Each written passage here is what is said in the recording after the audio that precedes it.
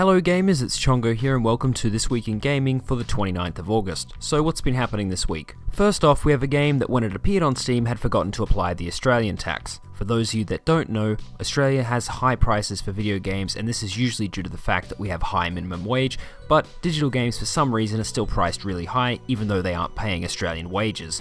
Anyway, Civilization Beyond Earth, which is releasing later this year, was originally $50 on Steam before Saturday last week. However, early Saturday morning, the game rose $40 for it now to be $89.99 US. Apparently, there is no reason given for this price increase. On an unrelated note, Valve was in trouble in Australia with the Australian Competition and Consumer Commission suing them as Steam doesn't allow refunds. In Australia, consumers are protected by the Australian consumer law, which allows customers to receive refunds if the product has a major fault. It'll be interesting to see what happens with this case. If you thought November wasn't already overcrowded enough when it comes to games this year, think again. Assassin's Creed Unity has been delayed. Instead of releasing on October 28th, it'll now be released on November 11th. Not a very long delay, but according to Ubisoft, the extra 2 weeks will allow the development team to add a bit more polish to the game. One of the biggest bits of news to drop this week was that Twitch has been sold, but not to Google as everyone thought, but to Amazon. Amazon purchased the video streaming site for $970 million US. This will likely mean changes in the coming months and years for Twitch. If you want to find the best price for PC games, Razer may have your back with their new platform Cortex.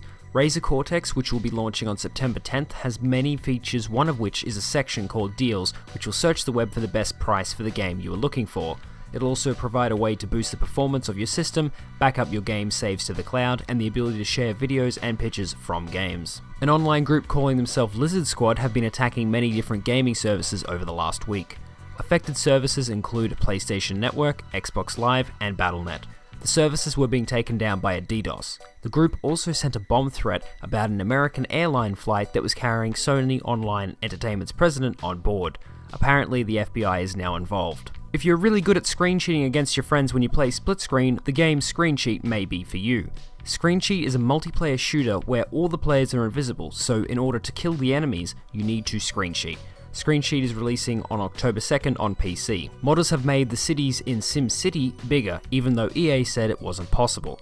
There are still a number of issues with the Orion mod that has been released, but it does increase the size of the cities from 2 km squared to 3 km squared. A modder has managed to make a Watch Dogs mod for GTA 4, which looks very impressive and uses many of the mechanics in the game Watch Dogs. There'll be a link in the description to check out the mod. Microsoft is researching a new system for cloud gaming called DeLorean, which can predict your next move.